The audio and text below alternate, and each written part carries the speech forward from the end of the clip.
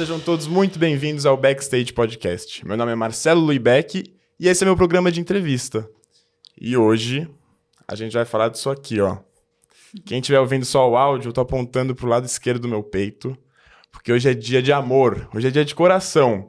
A gente tá aqui com a Célia Horta, que é psicoterapeuta de casais, doutora em psicologia pela USP, formada em filosofia pela USP. Ela tem um TikTok e um Instagram recém-feitos, então vai lá seguir ela no @CéliaHortaCasal, certo? Certo.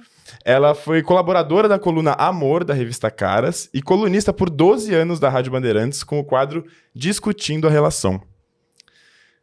Célia, muito obrigado por ter vindo aqui, por ter topado essa entrevista, essa conversa, né? Obrigada a você, Beck. Olha, estou muito feliz de estar aqui com você. Eu estou adorando esse projeto seu, bacana para burro. E estou feliz porque também, além de tudo, além de ser você, eu gosto muito de falar sobre relacionamento de casal, sobre amor. É um tema que me interessa bastante.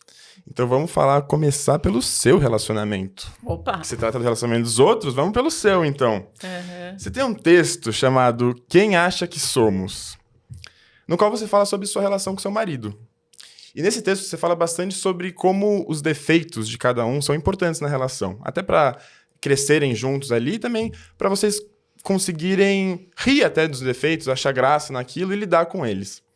No final do seu texto, você diz o seguinte: e o melhor de tudo é saber que mesmo conhecendo boa parte dos defeitos um do outro, ainda assim temos um prazer enorme com a convivência e queremos ficar juntos.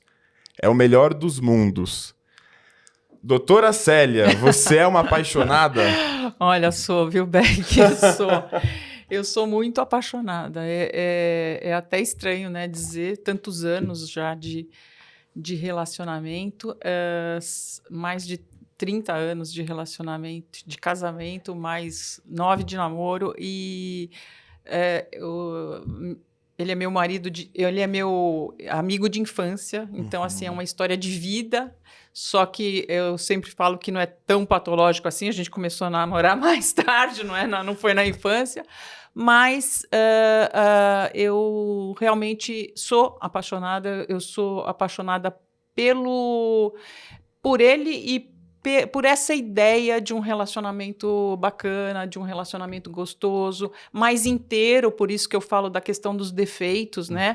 É muito bom mesmo a gente poder ter a liberdade, aliás, eu atribuo a isso, esse bem-estar relacional, eu atribuo a isso, quer dizer, a gente ter essa capacidade de olhar para o outro e ficar tranquilo em relação a identificar dificuldades, situações das quais você nem gosta tanto, né? Porque não tem como você aprofundar um relacionamento sem essa visão, né, do que também não vai bem. É claro que o que tem que predominar, né, aí nessa história é qualidades mesmo, não tem como. Mas a gente, para identificar, é muito importante, na verdade, identificar, porque só assim a gente consegue entender o que dá para ser mudado, o que a gente não consegue mudar de jeito nenhum. Entender qual é até onde a gente vai, né, numa discussão. E como que lida com esses defeitos? Quando você está lá com seu marido, você percebe algo ruim nele. Existem defeitos, que eu imagino que sejam defeitos grandes e você faz questão de falar pra ele que não gosta de algo, e existem defeitos que eu imagino que não sejam tão grandes. Como saber quais defeitos comunicar e quais insatisfações comunicar e outras que é melhor engolir e saber conviver para também não causar conflito a todo momento? Você sabe que, às vezes, quando vem aquela questão, né, de diferenças, né, porque diferenças existem, né? Muitas vezes até as pessoas perguntam, é bom ter diferenças, é bom as pessoas serem mais parecidas, né?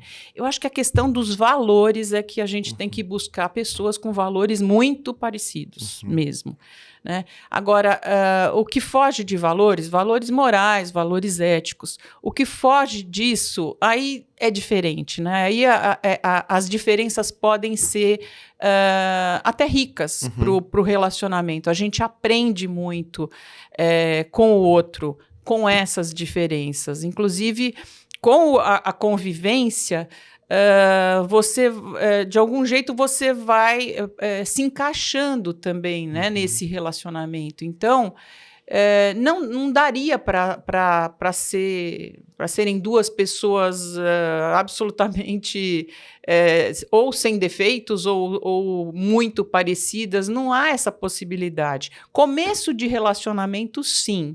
Né? Começo de relacionamento, a gente identifica no começo uma predisposição já a achar coisas boas no outro, né? A gente já é como se já viesse com uma predisposição mesmo. Até ignora um pouco os erros das pessoas, um pouco que você não gosta. Totalmente. É só ver o que tá bom. Tanto que muitos amigos nessa hora falam, né? Olha, você tá se envolvendo com uma pessoa que não é tão legal assim. Exatamente. Para você que tá de fora, é absolutamente claro que as coisas parece que não vão resultar numa coisa legal. Mas quem está envolvido, quem está apaixonado, muitas vezes não consegue ver, né, esses defeitos do outro. Então, quando você me fala, bom, como é que é apaixonada? Como é que eu posso continuar apaixonada num relacionamento de tanto tempo, né? Eu diria que a gente vai renovando esse apaixonamento, né? Porque as pessoas mudam o tempo inteiro. Eu mudo, ele muda, o relacionamento muda. Então, quando a gente está atento a isso, é muito mais interessante, né? Do que você achar que tem um relacionamento estático, uma coisa parada. E primeiro que não é verdade, mas as pessoas vão acreditando nessa ideia de que eu estou num relacionamento sério, fixo, então eu já sei o que está acontecendo, está tudo garantido. Não está tudo garantido, a gente não sabe o que vai ser amanhã. E é isso que torna o relacionamento mais interessante e mais apaixonante. A imprevisibilidade, né? A falta de garantia no amor. Exatamente, a imprevisibilidade. Vamos falar um pouco sobre isso, sobre a falta de garantia, porque eu vejo muitas pessoas buscando garantias mesmo, buscando que o outro esteja sempre ali para ela, buscando certezas de que o outro vai estar sempre ali. Ao mesmo tempo, eu não sei quão saudável é isso. Eu estava lendo uns textos, eu li um texto da Esther Perel, e ela fala o seguinte, ela fala, o amor agarra. Quanto mais se apega, mais medo de perder. Então tenta tornar o amor mais seguro. Perde liberdade em troca de estabilidade. Ao dominar a incerteza do amor, ao tentar controlar os riscos da paixão, você acaba com ela. É o tédio conjugal. Mas o erotismo gosta do imprevisível. Exatamente. Dá pra ter estabilidade ainda com essa imprevisibilidade? Como que faz pra ter um relacionamento ainda que instiga, mas sem ficar muito inseguro? Então, quem trabalha, né, com relacionamento de casal percebe muito isso. Você é como se fosse um sentimento, um desejo meio ambíguo, até em relação ao parceiro. Você quer um parceiro que te dê estabilidade, mas ao mesmo tempo você quer o fogo da paixão, você quer um parceiro que te surpreenda, né? Muitas vezes até os psicólogos que trabalham com isso também brincam, né? Que você quer um parceiro de dia e outro à noite, né? Que exatamente para que tem gente que quer mesmo, né? Que o sexo, por exemplo, teria que ser algo surpreendente, não cair na mesmice, né? Mas ao mesmo tempo você quer um parceiro que seja seu companheiro, que seja seu amigo, com o qual você possa contar de fato na vida. E é possível conciliar isso? É possível conciliar isso. É claro que não é tão simples assim, né? Mas esse jogo é possível sim. Quando eu falo possível, eu não quero comparar esses apaixonamentos ao longo do relacionamento com o início do relacionamento, veja.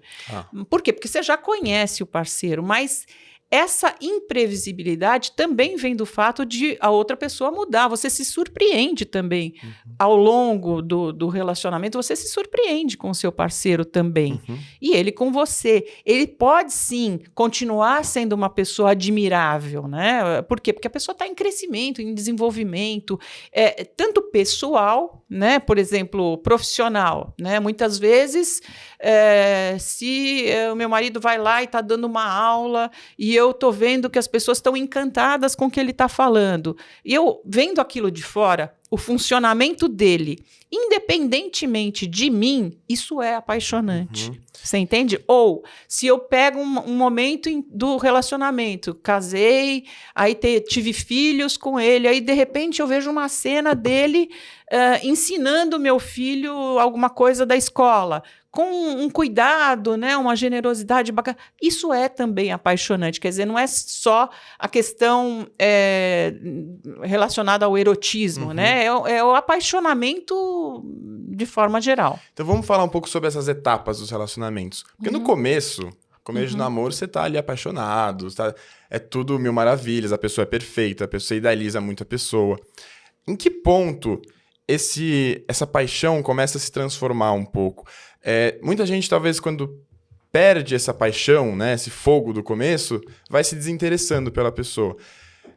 Existe uma diferença dessa paixão inicial e do resto? Depois vira amor ou depois termina? Como que funcionam essas etapas, assim? Então, na paixão, é exatamente isso que você está falando, né? Mas o que acontece é que, por incrível que pareça, você não está se relacionando com o outro exatamente. Você está se relacionando com uma ideia que você tem a respeito do outro. Então, é tão bom você ver a outra pessoa apaixonada por você, mas se a gente cair na real, a gente vai entender que não é exatamente uma valorização das suas qualidades nesse início Não de... é? Não é. Olha, que Não triste. Porque a pessoa não te conhece, ela está muito disposta a gostar de você, a achar uma pessoa que a complete de algum jeito. Você também está muito disposto, quer dizer, é um jogo lá que é juntar fome com a vontade de comer mesmo. Então, no começo de relacionamento, você esconde os defeitos, valoriza as qualidades, o outro faz a mesma coisa. Mas tem isso de você querer achar alguém que tenha a ver com as suas convicções, com as suas ideias, com os seus ideais mesmo. Então, é por isso que acontece essa espécie de nuvem aí, que fica cego, entre assim. os dois, exato, e isso, claro, com o tempo, você vai conhecendo a outra pessoa, né? E aí você vê um defeitinho aqui, outro defeitinho ali. Muitas vezes isso vai se transformando para algo mais, um olhar mais para o outro de fato. Por incrível que pareça, é aí que a pessoa começa a se relacionar com você e é aí que você poderia se sentir mais valorizado, que é aquela história que a gente estava falando no começo, que é, apesar dos defeitos, essa pessoa quer ficar comigo, né? Quer dizer, o que está predominando é o olhar dessa pessoa para as minhas qualidades. Então, isso é muito bom. Sim. Agora, é por aí, é muito mais, o início de relacionamento é muito mais egoísta, vamos dizer assim, Tá. e com o passar do tempo vai ficando mais altruísta, você vai olhando para o outro. No início você quer se satisfazer, essa que é a ideia, é como se fosse um apaixonamento. Eu sou muito bacana, eu sou muito interessante porque essa pessoa maravilhosa está interessada em mim. Nós já senti muitas vezes isso. Muita coisa, assim, de... Você fica feliz pela pessoa gostar de você. Exato. Até por uma falta de autoestima, talvez, né? De tipo... Não necessariamente. Não necessariamente? Não, isso não. Não aí necessariamente. Eu já tava mais no pessoal. Mas pode ser. O que acontece é que, mesmo que você tenha uma autoestima bem elevada, nesse início você não conhece. Então, é muito difícil ficar com o pé no chão e ficar naquelas... não, eu ainda não conheço essa pessoa. Pô, você tem que viver a paixão também. É muito gostoso esse início de relacionamento. É muito bom. Só que é isso, você vai em algum momento, entrar em contato com esses defeitos e, por incrível que pareça, há pessoas que não conseguem aprofundar. Uhum. E aí, por isso que ficam pulando de relacionamento para relacionamento. Conheço gente assim, sabia? Falar que conheço gente assim. Isso sim diz respeito a autoestima mais baixa. Isso sim diz respeito. Por quê? Porque a pessoa não consegue lidar com o aprofundamento. Por quê? Porque no aprofundamento os seus defeitos aparecem e o outro vai apontar o dedinho para o seu defeito.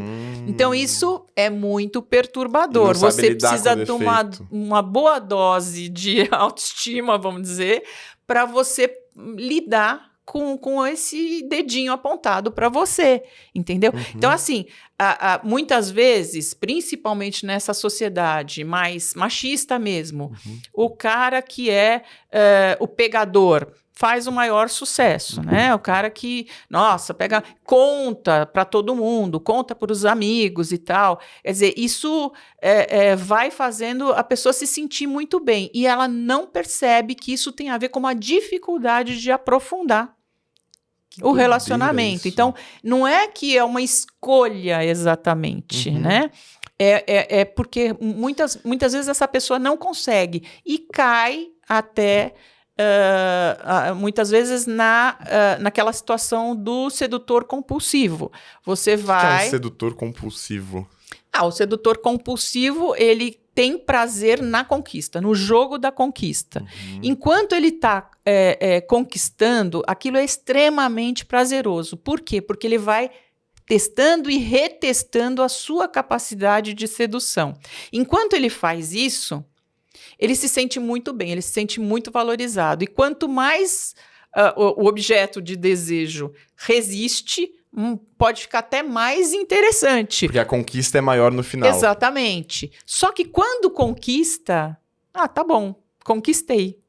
Então, isso perde o valor, entendeu? Aí, o que acontece? Vai desistindo daquele relacionamento, encontra um defeito, não, vou parto para outro objeto de desejo. Entendi. E assim vai. E como que esse cara vai ter um relacionamento... Esse cara ou essa mulher, né? Vai ter um relacionamento duradouro. Ele consegue passar por isso depois? Consegue superar isso em algum momento? Teria que olhar para essa questão da dificuldade, às vezes até impossibilidade momentânea, né? Por um período, pelo menos, de aprofundar. Se essa pessoa estiver disposta a entender isso, vai mudando de figura. Mas se não olhar para isso, vai repetindo esse padrão de relacionamento em que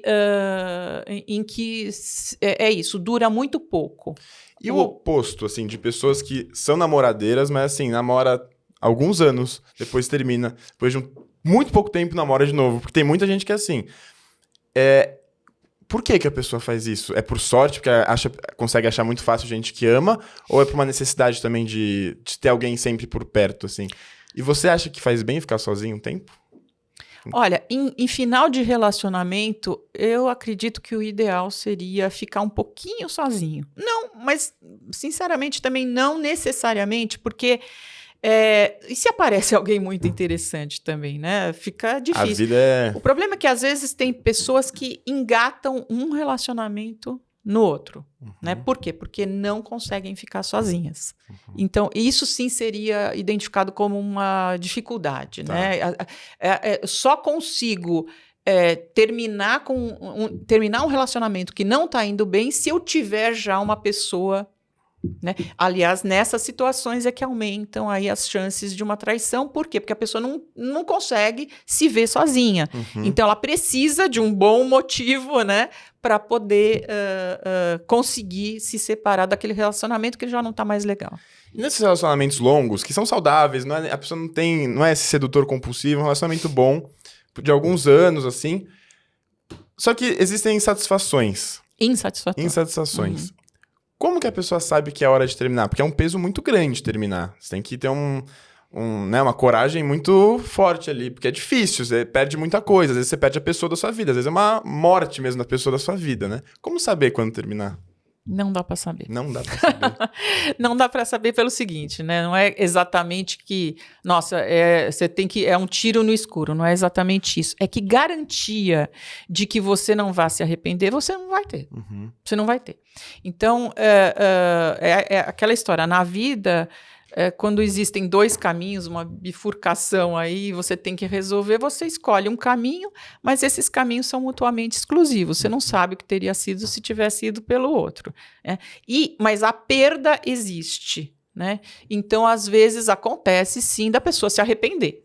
Né? Mas naquele momento aquilo parecia mais interessante. O que eu acho, eu só faço a ressalva aqui, né, que eu falo não dá para saber, o que eu acho é que a pessoa às vezes tem que prestar um pouco de atenção nos padrões dela, né, de relacionamento e investir um pouco mais, trabalhar mais o relacionamento antes de desistir simplesmente, para não ficar pulando de um relacionamento para o outro. Porque as pessoas têm padrão, né, um padrão de relacionamento. Aprendem a se relacionar lá no início da vida e vão repetindo esse tipo de padrão, né? E isso é importante porque se a gente não olha para essa questão, você troca 6 por meia dúzia. Você vai buscar, você vai encontrar outra pessoa muitas vezes com os mesmos com as mesmas dificuldades, ou então aquela história vai para o antimodelo, que também é um modelo, né? Não, eu vou buscar exatamente o oposto, mas aí quando você vê também continua a insatisfação, né? Mas não dá, a gente nunca tem essa certeza, quer dizer, a ideia é você procurar entender que padrão é esse, porque os casais, eles brigam sempre do mesmo jeito. E se reconciliam sempre do mesmo jeito. Como assim? Se você parar e pensar, você me fala, agora Pode mandar. É a sua vez. Vamos lá. Num relacionamento longo, qual foi o seu relacionamento mais longo? Se você parar e pensar, você brigava sempre do mesmo jeito, vocês por motivos brigavam. Parecidos. E assim, sempre tinha um que falava, vamos deixar pra lá, vamos voltar, não sei o quê. Acertou. E o outro ficava resistindo. Perfeito. Não é? Acontecia muito. Exatamente. Quer dizer, o padrão também de reconciliação existe. Como é que foi isso? Fala. Agora eu que quero saber. Fiquei muito curiosa, Beck. Não, o negócio é o seguinte. Vou falar agora a realidade, né? Eu tive um namoro, né? Foi o meu relacionamento mais longo. E, assim, normalmente os motivos das brigas eram os mesmos, assim. Porque, assim, a gente não brigava. Aí, a partir do momento, a gente começou a brigar mais. E os motivos da briga eram muito parecidos. E eu não gosto de brigar.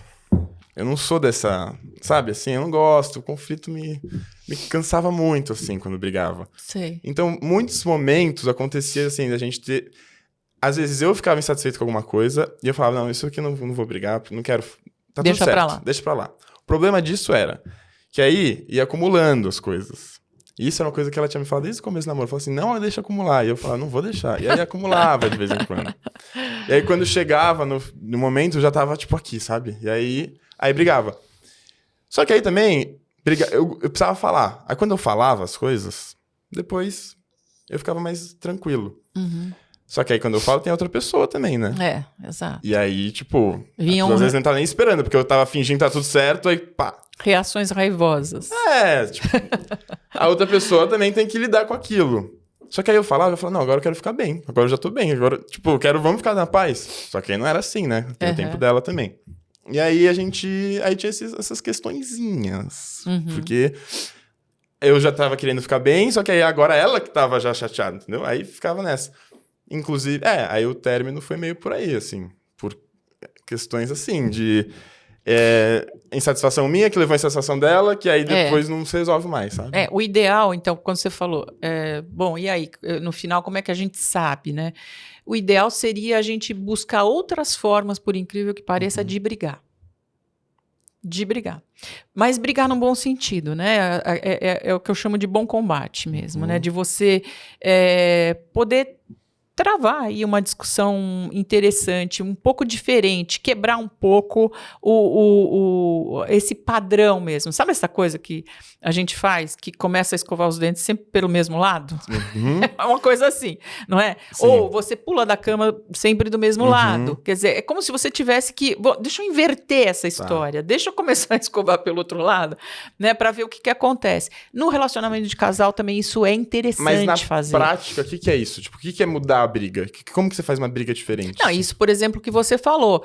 Eu sempre esperava muito e deixava acumular para poder, quer dizer, isso... Falar mais na hora, para mim, no meu exemplo. Entender, porque às vezes é uma convicção, né? Que é meio tudo ou nada. Se eu começar a discutir aqui, vai virar um, né? Uhum. Ou... isso daí é exatamente o que acontece. Isso acontece muito, na verdade. E também é bom que fique claro que a pessoa que briga menos, que fala menos, não necessariamente ela é tão pacífica assim. Porque às vezes o silêncio é bem barulhento também. Sim, total. Né? Não, eu me arrependia de não falar muitas vezes. Assim. Então, o ideal seria, né, você poder quebrar um pouco essa crença de que vai complicar, não é tudo ou nada. Precisa achar um meio termo para poder discutir. Talvez até, você falou de uma reação dela, talvez até já fazer uma prévia. Olha, às vezes eu fico um pouco, né, sem saber o que eu falo, com receio de falar. Por quê? Porque às vezes você tem uma reação e eu deixo de falar. Então, queria também que você né, buscasse escutar um pouco para ver se a gente sai dessa. Quer dizer, é propor mesmo algo diferente. Tudo bem. Então, discutimos e tal, já viu que não dá mais certo, já não deu mais. Aí termina.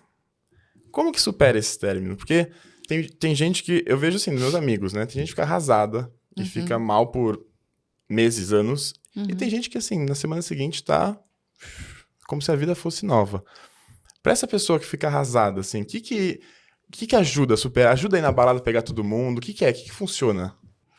Bom, na verdade, a gente tem que entender que no final a gente sempre perde mesmo, não dá para negar essa ideia, né, esse sentimento de que está perdendo coisas.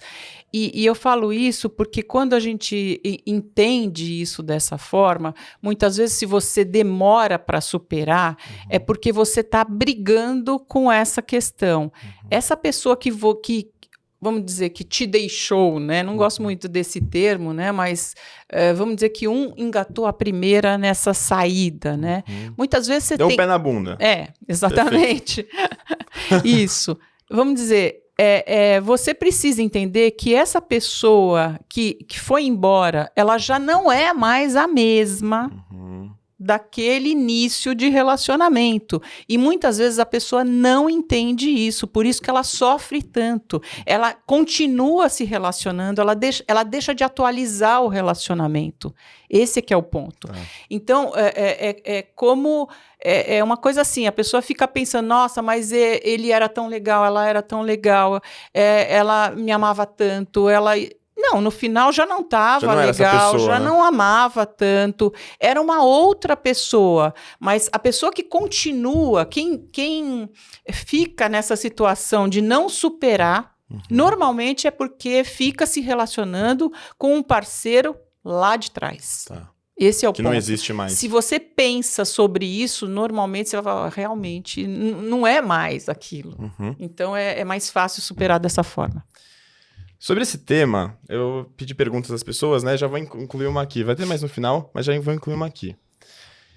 Uma pessoa anônima perguntou assim: quando você deixa de sentir tanta atração pelo seu companheiro, mas ainda tem vontade de passar o tempo, fazer coisas juntos, pode-se dizer que não há mais um relacionamento amoroso e sim uma amizade? E é possível manter uma relação boa?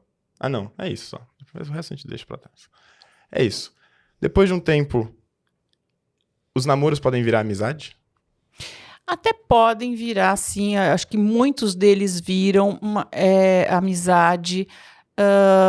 São poucos os relacionamentos duradouros que continuam mantendo um desejo mesmo sexual.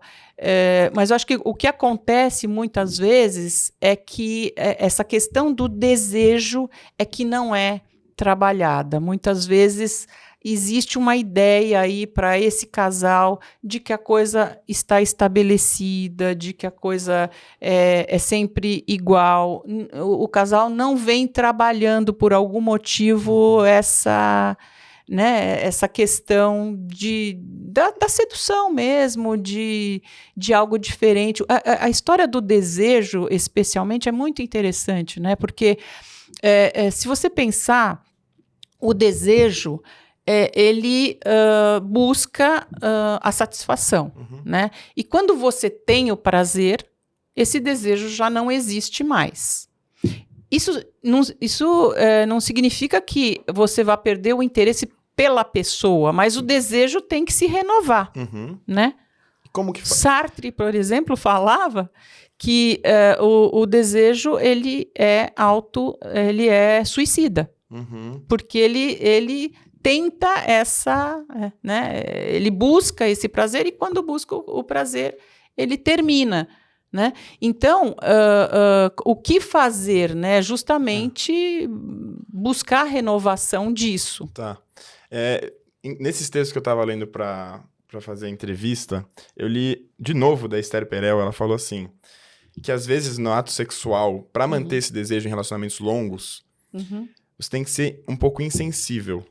E o que ela quer dizer? Ela diz que num relacionamento amoroso que você gosta muito da outra pessoa, em alguns momentos você quer se doar muito para outra pessoa. Então, você não busca só o seu prazer, você busca o prazer da outra pessoa também. Mas ela diz que faz parte do relacionamento amoroso e de um relacionamento saudável, você também poder buscar o seu prazer e só o seu prazer. E que isso, às vezes, faz com que reacenda a chama. Porque é como se o relacionamento de vocês permite que você se mostre pelo seu inteiro. E não sempre tendo que dar ao outro alguma coisa. Pode ser um caminho? Sim, porque naquela linha que a gente estava comparando, por exemplo, a paixão com o amor, e naquela linha de pensar que a paixão é muito mais egoísta e o amor é muito mais altruísta, é por aí que vai essa história. Quer dizer, você não pode só pensar no outro, você tem que pensar em você. Para manter essa paixão. Para manter essa paixão. De algum jeito, isso tem que acontecer, sim. Concordo totalmente. Na verdade, é um equilíbrio mesmo entre essas duas pontas, né? Tem que sempre... Porque o amor, ele tá lá... Num relacionamento longo, né? Quer dizer, no começo fica mais caracterizada a paixão mesmo, né? Mas no relacionamento longo é isso que tem que ir acontecendo. Quer dizer, tem que ir alternando esses momentos, né? Traição. Acho que é o tema mais, né? As pessoas gostam de falar. Medo, né? As pessoas têm muito medo de traição. A traição em relacionamentos monogâmicos duradouros, assim, ela é uma regra? Porque, assim, há pouco tempo atrás, fui surpreendido por pessoas que vinham me dizer que sabiam que, assim, relacionamentos adultos, eu tenho 22 anos, né? Então, nossos pais, assim, a maioria tem traição. Não sei de onde a pessoa tirou isso, mas era fato na cabeça dela. E eu falei, nossa, acho que não, acho que ninguém se trai. Enfim, quem tá certo nessa questão aí? Não é uma regra.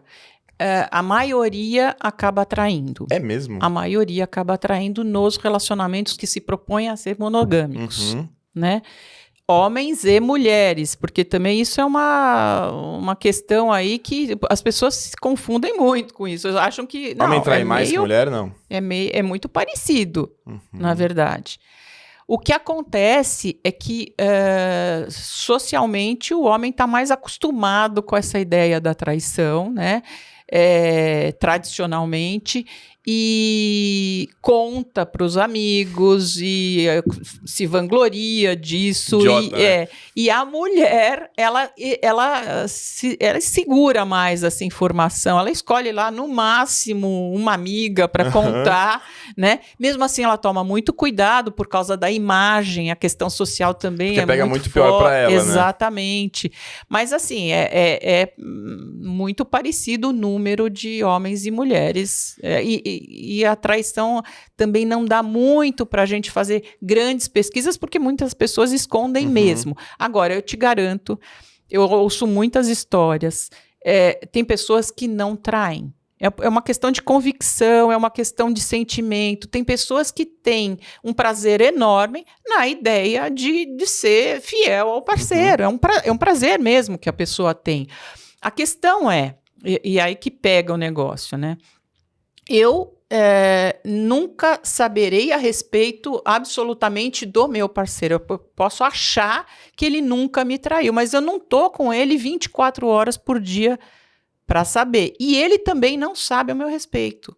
Quer dizer, ele pode supor, mas ele nunca vai poder ter certeza absoluta. E as pessoas querem essa certeza, né? Eu sei o que eu não fiz, né? Você nunca sabe o que o outro. Exatamente. Quer dizer, eu sei que eu nunca traí, mas eu nunca vou saber do outro. Mas as pessoas querem, eu boto minha mão no fogo por ele, eu boto minha mão no fogo por ela. Homens colocam mais essa mão no fogo. Opa, completamente. E assim, as traições, na sua opinião, todas têm que ser contadas? Por exemplo, contadas pro parceiro? Se você traiu sua mulher, seu marido, é melhor que se conte? Ou, eventualmente, você traiu, foi uma coisa meio que não aconteceu nada ali, não quer dizer muita coisa, você tem muito medo de perder seu relacionamento. É melhor contar ou é melhor deixar quieto em algumas situações? Olha, eu não posso julgar isso, mas eu não gosto muito da ideia de fazer do relacionamento um confessionário. Eu não gosto disso. Porque eu vejo muita coisa dando errado por causa dessa questão. As pessoas acham que tem que falar tudo, né? E o que acontece? Muitas vezes acontece sim de você trair e o seu relacionamento oficial estar muito bom. Coisa que muita gente não entende. Não, se traiu é porque o relacionamento o casamento, o namoro já não estava bom. Isso não é verdade. Então, o que acontece? O parceiro, né, se souber quando flagra uma traição, ou se acaba ouvindo isso, né, como uma confissão, muitas vezes não vai aceitar e aí começa realmente um problema muito sério. Então, eu tenho um pouco de cuidado mesmo em relação a isso. Eu acho que isso vale até para outras mentirinhas e tal. Pode ser até um pouco egoísta você contar em alguns momentos. Eu estava tendo essa discussão essa semana. Porque às vezes a pessoa quer se aliviar, né? Você quer se aliviar, e aí você... Eu era contra, na verdade, isso. Mas assim, agora eu tô no seu time. Agora você falou, eu tô no seu time. Porque assim... Quando você conta, você tá com peso em você, né? E você quer se aliviar contando pra outra pessoa. Isso tem um custo muito grande pro seu relacionamento. Talvez segurar um pouco o peso do que você fez seja um jeito também de você preservar a outra pessoa de continuar tendo um relacionamento legal, que ela gosta, que vocês dois gostem. Pode ser? Um egoísmo, assim? Você manter isso? Eu vejo muito essa coisa do alívio, né? A pessoa quer se livrar daquele mal-estar e ela quer, às vezes, checar também se o outro vai continuar gostando, né? Apesar dessa história. E pode ser bem complicado mesmo, sem dúvida nenhuma. E também, agora, é interessante, né? Você sabe que isso também não é uma regra, né? Muitas vezes a pessoa fala a vida inteira, eu aceito tudo menos traição. E quando ela descobre uma traição, já vi muito isso acontecer, ela se surpreende, porque de repente aquele casamento, aquele namoro que estava morno, começa a pegar fogo após uma traição. É mesmo?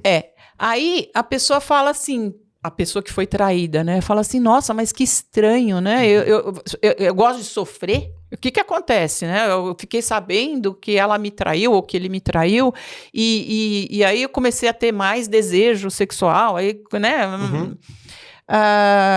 Que é isso? O que está acontecendo? E essa é a pergunta. Eu gosto de sofrer? Não é uma questão de gostar de sofrer. O que acontece é que a gente tem que imaginar um triângulo amoroso. Quando entra uma história de traição, esse triângulo fica muito claro. Quer dizer, existe uma pessoa, que é o parceiro, você e um objeto de desejo do seu parceiro, e o seu parceiro também é objeto de desejo dessa terceira pessoa. E o fato do seu parceiro ser um objeto de desejo de alguém Entendi. Valoriza o passe. Entendi. Entendeu? Então, isso mexe muito com a cabeça das pessoas. Por isso que muitas vezes, em relacionamento, as pessoas propõem essa coisa de pode ficar com não sei quem, né? Tem isso, ou muitas vezes nem é de ficar com alguém, às vezes de sair com um grupo de amigos, e aí você vê a sua namorada conversando com um amigo seu, e o seu amigo está super interessado no que a sua namorada tá falando, e você fala, nossa, como essa garota é interessante, né? De repente ela fica muito mais interessante, porque seu amigo está prestando atenção nela. Então, o que é comum é que muitas vezes, depois de saídas, assim, com amigos, tenha mais relação sexual, por exemplo. As pessoas transam mais depois de saídas com amigos. E tem gente também que gosta de... Bastante gente, inclusive. Não que eu conheça, mas que eu sei. Que gosta de, tipo, olhar a namorada transando com outro cara. Não tem esse tipo de coisa. Vai em casa de swing, gosta de ficar observando. É um pouco por aí também, porque a pessoa gosta de ver a sua namorada sendo valorizada. Assim. Exatamente. É por aí. A ideia é essa. Levanta mesmo, a pessoa fica mais... O seu parceiro fica mais valorizado. Isso, claro, não acontece com todos, mas tem gente que não acha a menor graça nisso.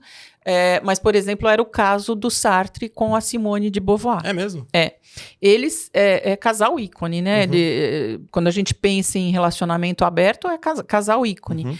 E o curioso é que eles discutiam muito a questão da liberdade. Para eles, a liberdade era um conceito assim importantíssimo, de ter escolhas mesmo na vida, de poder escolher o que queria, mas eles tinham a proposta, né, de relacionamento aberto, mas eles tinham esse combinado, né, esse pacto de toda vez que ficar com alguém, eu quero saber em detalhes o que aconteceu. E detalhes mesmo. Ele tinha, a gente estava falando de padrão, ele tinha um relacionamento assim com a mãe dele. Como assim? Não amoroso, né? Mas assim, de toda vez que ele chegava em casa, a mãe dele pedia para ele contar a história dele em detalhes. E ele tinha muito prazer em contar esses detalhes.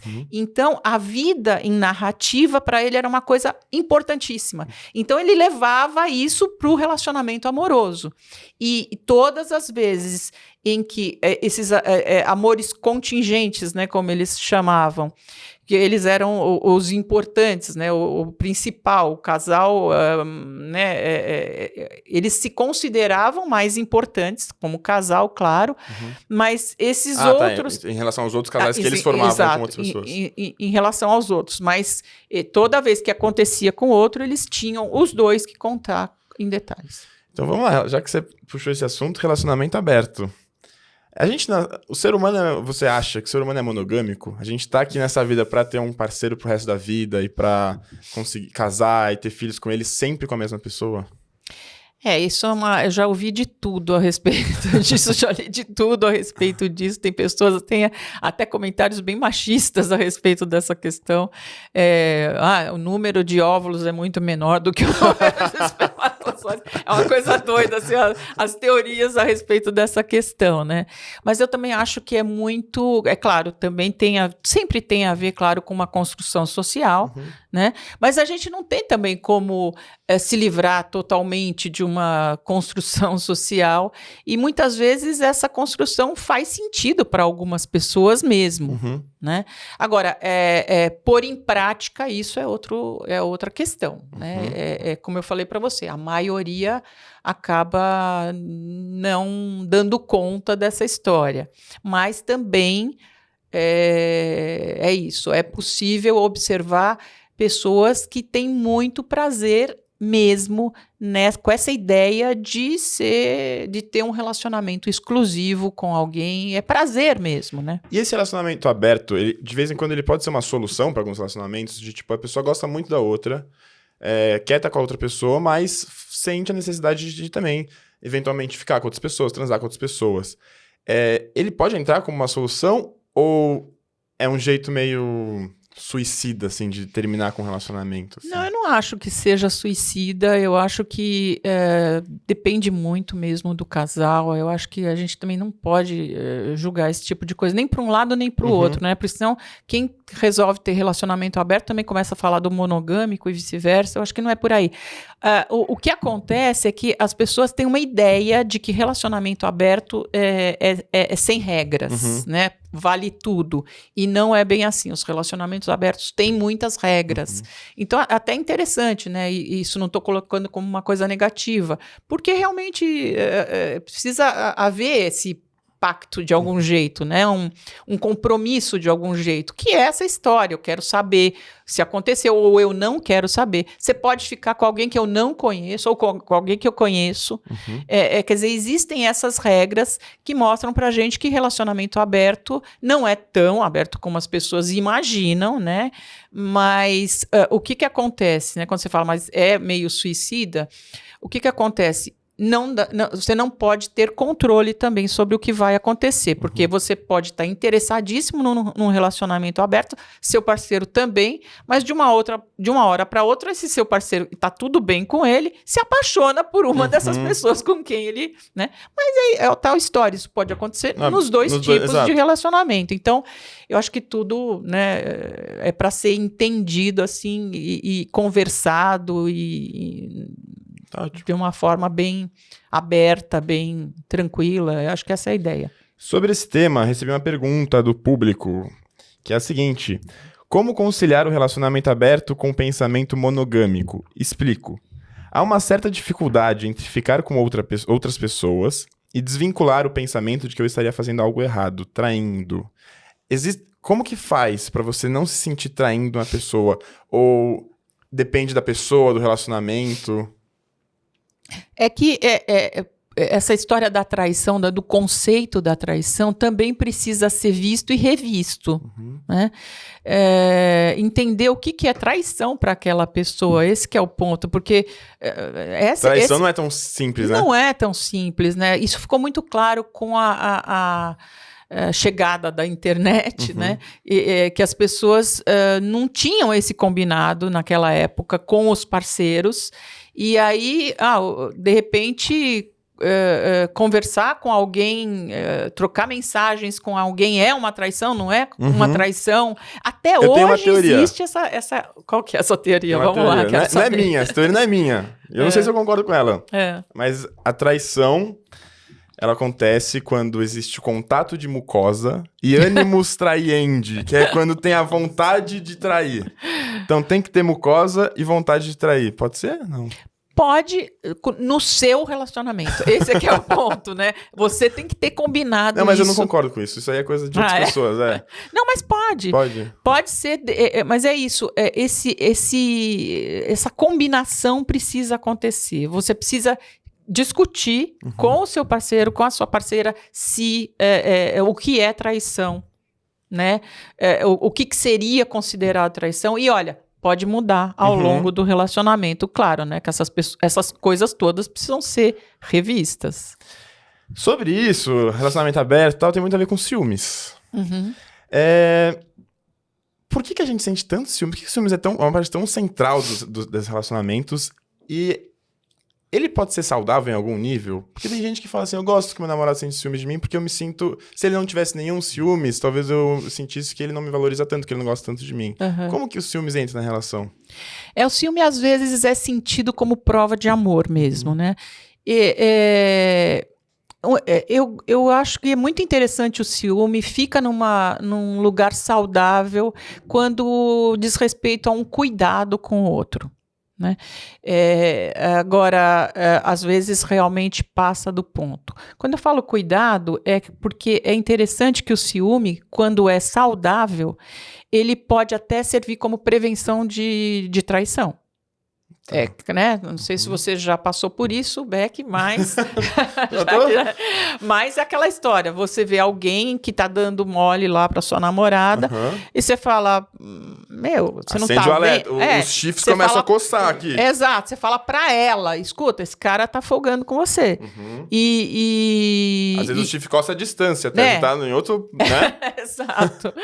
E você entende? E às vezes ela chega e fala, bom, peraí, deixa eu prestar atenção nisso. Não tinha me dado conta disso. E toma cuidado. Quer dizer, nesse ponto, neste nível, é prevenção. Pode ser prevenção de traição. Agora, isso seria o que a gente... É até uma teoria freudiana mesmo, né? Seria um ciúme concorrencial. Você está percebendo que tem concorrentes e que isso realmente pode representar um problema para o relacionamento, então você vai e trabalha neste nível da prevenção. Agora, pode ir para um nível bem mais complicado. Quando você projeta numa outra pessoa ideias suas que não tem nada a ver com aquela terceira pessoa. Não, aquele cara está fazendo isso, está fazendo aquilo e... Quando você vai ver, não tem nada disso. Aí você quer impedir que a sua namorada se aproxime de alguém. Enfim, aí já entra num campo mais fantasioso mesmo. Quando entra num campo mais fantasioso, a coisa complica. E às vezes o fantasioso vai para um nível mais complicado, mais que a gente chama de delirante até, né? Não, está fazendo isso, porque... E começa a criar mesmo situações que não existem, né? Às vezes a pessoa que cria essa situação pode ser que ela faça as coisas e aí projeta no outro, isso? Pode, seria isso, essa projeção mesmo. Essa projeção acontece não neste nível só de concorrência, né? Mas pode haver, sim, essa ideia de que eu tô pensando, sei várias formas, o que eu faço para atrair, quais são os meus, né, as minhas técnicas, como é que eu escondo, tal, e aí eu começo a ver em outra pessoa isso. E então realmente pode acontecer. Tem ciúmes diferentes do homem e da mulher? Porque esses dias eu tava conversando com um amigo meu, o Lucas, e ele tava me contando de um livro que ele leu e ele me mostrou, ele pediu a pesquisa pra ele, hoje ele me mandou, eu esqueci de pegar o nome da pesquisa, inclusive, que falava como os homens evolutivamente têm um ciúme diferente da mulher. E a teoria, né, a hipótese ali, é de que os homens, por não terem a certeza de que o filho é deles, e o homem pode fazer quantos filhos... conseguir num ano, e a mulher tem um filho por ano, né? Por o homem não saber se o filho é dele, ele tem um ciúmes muito maior com o sexo, com a mulher transar com outras pessoas. Porque evolutivamente é muito custoso para um homem ter que cuidar de um filho que não tem os genes dele para passar para frente. Já a mulher tem um ciúmes mais relacionado ao cuidado, ao carinho, a estar lá para ela, a estar ajudando ela ali na vida. E menos com o sexo, porque ela tem certeza que o filho é dela. Então, o ciúmes preventivo, né, que você falou de, tipo, prevenir uma situação, seriam ciúmes de, eu quero que meu marido esteja aqui comigo pra cuidar do meu filho junto, e aí meu gene passar pra frente. Faz sentido? O que eu faz sentido, faz algum sentido, sim. E o que eu vejo, assim, de muito diferente é que a mulher tem mais preocupação com o envolvimento emocional. Tem um pouco a ver com isso que você está colocando, com o envolvimento emocional. E se o homem teve um caso, né, uma coisa mais carnal, aquela coisa... Não liga tanto. Não todas, né, claro, né, mas a preocupação é essa. Existiu um envolvimento emocional, ele se apaixonou por ela ou não. E o homem parece que é uma coisa mais geral, assim, né, já não presta muito atenção nisso. Mas existe, sim, essa ideia. Perfeito, vamos para agora perguntas do público. Tem um monte de pergunta aqui, vamos ver quanto vai dar para fazer. O pessoal ficou animado com essa, viu? Primeira pergunta, por que é tão difícil se sentir rejeitado?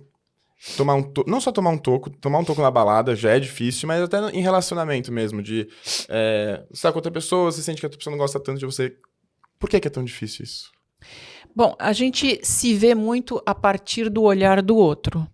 Isso é uma característica que vem com a modernidade, né? E isso passou a ser uma coisa muito importante mesmo, e não só no relacionamento amoroso, né? Mas a gente procura sempre saber o que o outro acha, né? O que ele pensa de mim, o que ela pensa de mim. É como se fosse uma identidade a partir do outro, né? Você se vê uma pessoa melhor se o outro gosta de você. E se o outro não gosta, é como se você exatamente, fosse um lixo. como se você perdesse esse valor. Eu falo de modernidade, e isso tem a ver com... se você pensar, por exemplo, em sociedade estamental, se você pensar que numa Idade Média, as pessoas... se você nascesse nobre, você ia continuar nobre. Né? Então, não existia muito essa preocupação com relação ao olhar do outro, não existia essa mobilidade social para que, né, era aquilo e acabou. Tá. Agora não, você tem a possibilidade de se modificar. Então você está o tempo inteiro olhando para o que o outro pensa a respeito de você. Por isso o sucesso absoluto de redes sociais, né? Porque você está sendo olhado e julgado, e de algum jeito as pessoas estão falando quem você é, ou por meio de likes, ou por meio de, enfim, de visualizações. Seguidores, é meio como se seu valor na rede social é literalmente isso, né? Exatamente. Você ganha dinheiro, quanto mais seguidores você tem, mais pessoas vendo. Então, o seu valor está intrinsecamente ligado a quantas pessoas gostam de você ou não, né? Outra pergunta. Sobre traição de novo, mas aí é de outros... pergunta dos internautas. Normalmente, quando alguém, num relacionamento, num casamento, assim, um trai o outro, conta-se pros filhos? Não conta? Isso fica entre eles? É possível contar? É melhor contar? Não, eu acho que relacionamento de casal tem que continuar na intimidade. Né? Aliás, isso atrapalha bastante, viu? Não só filhos, né? Mas o relacionamento do casal deveria ser muito restrito mesmo a essa relação. Isso não só, a gente tem que pensar não só para as traições, mas, por exemplo, se você não gosta do seu cunhado, se você não gosta da sua sogra, né? Às vezes as pessoas, esse negócio de sogra, por exemplo, vamos pegar o exemplo da sogra, que é uma coisa assim que todo mundo fala, sogra é complicado, não sei o que, blá, blá, blá. Eu não acho que nunca a sogra é complicada, nunca. Na verdade, você tem problema com o seu parceiro, com a sua parceira, que não sabe fazer essa intermediação. Tá. O que acontece? Você entende? Se você tem um problema, você, Beck, tem problema com a sua sogra e vai tirar satisfação diretamente com a sua sogra, é porque a sua parceira não está fazendo essa intermediação.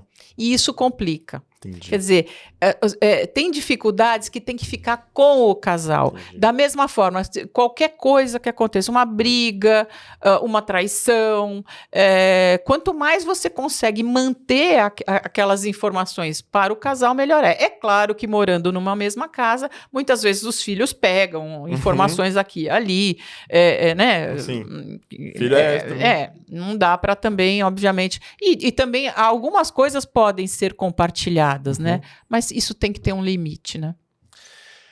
Numa relação longa, casamento de mais de 20 anos, com poucas ou quase nenhuma discussão ou briga, o quanto eu preciso me preocupar? Qual o risco? Você pode... A pessoa está numa relação longa. Casamento de mais de 20 anos, com poucas ou quase nenhuma discussão ou briga. O quanto que ela precisa se preocupar? Qual que é o risco de um dia dar ruim? Na verdade, é aquilo que eu estava falando para você. Os silêncios, às vezes, são bem barulhentos. Eu não acredito muito nessa coisa de não ter briga nunca, um relacionamento que vai super bem. Uma coisa é você se dar bem com a pessoa, mas não tem como a raiva não aparecer, o ódio, né? Na verdade, a raiva é um jeito bonitinho de a gente falar pesado, ódio mesmo. Mas não tem aquela música do Paralamas que às vezes eu te odeio por quase um segundo, depois te amo mais, né? Uma coisa assim. Por quê? Porque amor e ódio estão muito próximos, um do outro. Não tem como você só amar, né? Por quê? Porque quando você ama, obviamente, você se importa mais com aquela pessoa. Quando você ama de verdade, você se importa muito mais com aquela pessoa.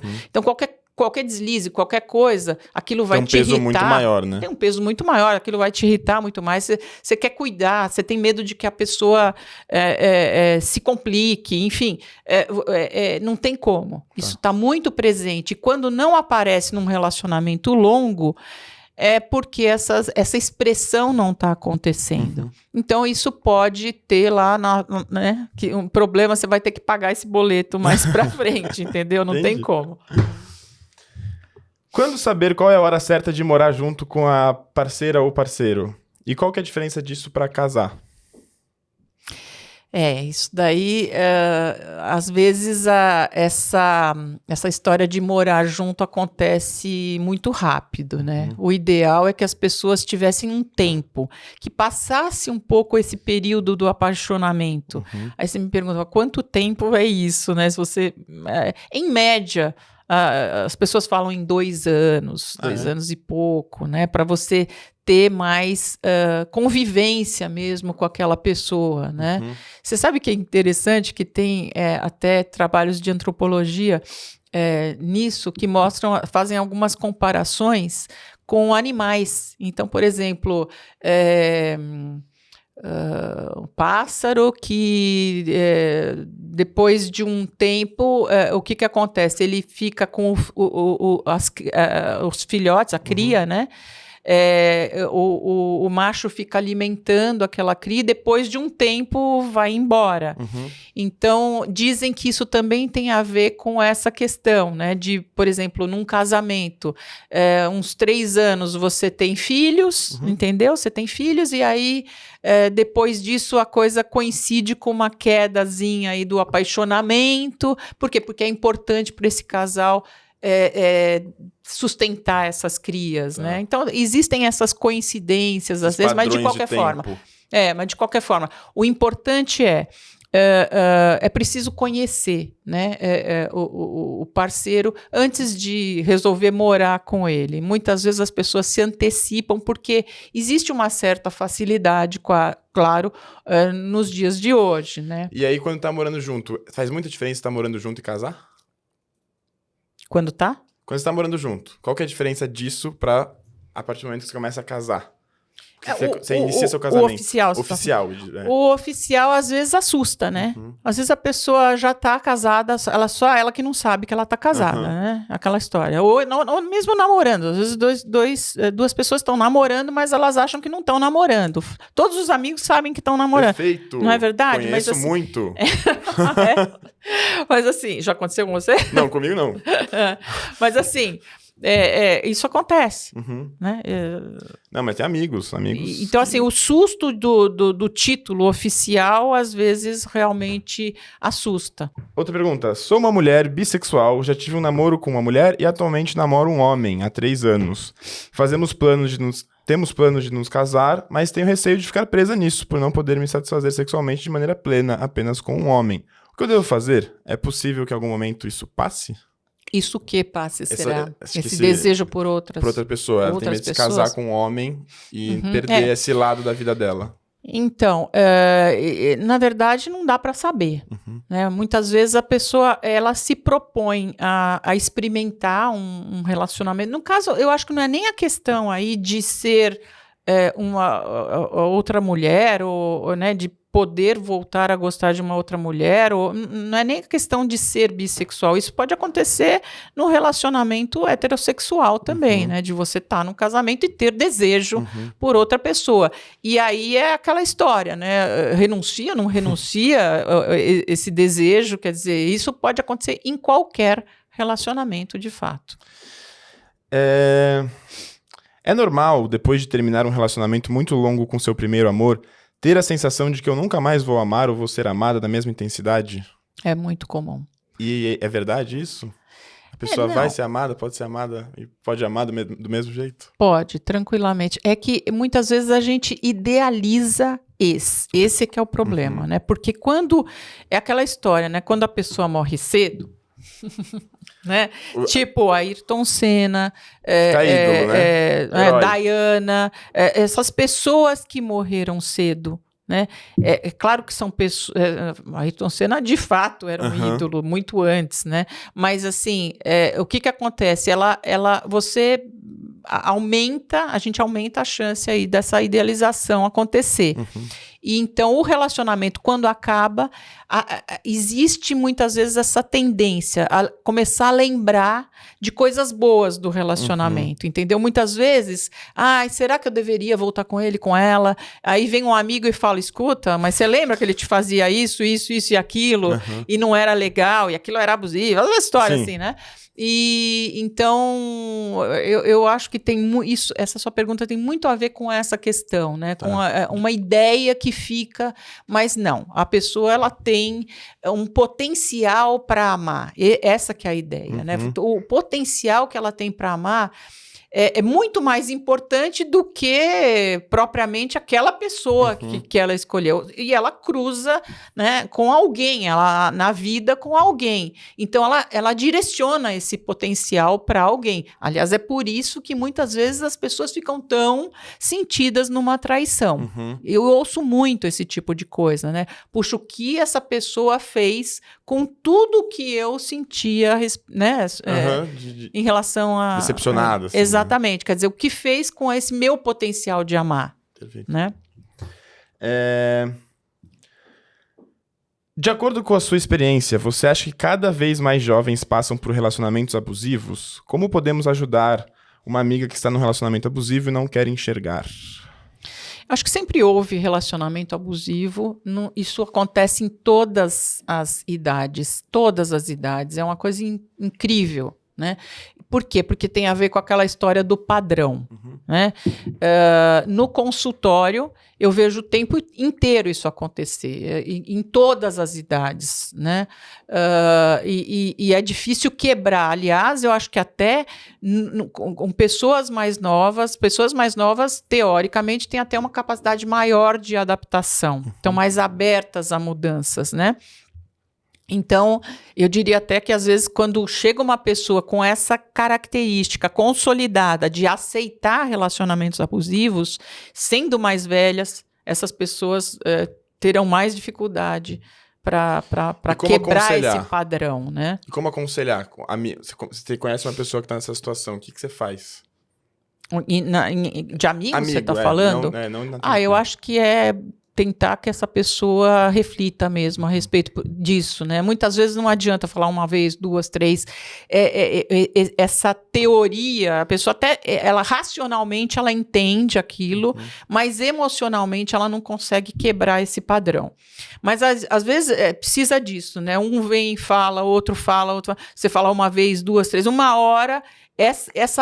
Esse racional coincide com algo emocional também, e a pessoa passa por alguma experiência que faz com que ela tenha essa luz e consiga mudar alguma coisa. Mas eu acho que é insistir. Por quê? Porque quando você muda a forma de pensar, você muda a forma de agir também. Né? A forma de agir é uma consequência do que a pessoa pensa, do que ela, né, das crenças dela, da história de vida dela. Isso tem muito a ver com todo um caminho, né, com um repertório mesmo que a pessoa tem ao longo da vida. Tudo. Os livros que você leu, os filmes que você assistiu, as músicas que você ouviu, você vai absorvendo aquele tipo de coisa, né? Então, a gente ouve, por exemplo, essa coisa da sofrência, né? Nossa. É uma coisa né, você pensa, poxa, mas... E a pessoa ouve aquilo o tempo inteiro, né? Você fala, uau. Vai se identificar, né? Ela vai, de algum jeito, absorvendo aquilo, né? Ou um filme, né? Que a pessoa... Você vai criando essa coisa na sua cabeça, né? O que é um verdadeiro amor, né? Para eu saber que a pessoa me ama, de fato, o que ela precisa fazer? De repente é uma cena de ciúme, que marcou, entendeu? Então, assim, isso é muito importante, né? Você ir quebrando essas convicções, refletindo a respeito desse seu repertório de vida sobre relacionamento amoroso. Última pergunta. É possível gostar de duas pessoas ao mesmo tempo? Ou uma obrigatoriamente vai ser o amor e a outra a paixão? Isso é uma coisa, né? Porque você pode gostar, na verdade, até de mais pessoas ao mesmo tempo. Agora, a história é a escolha mesmo, né? Então,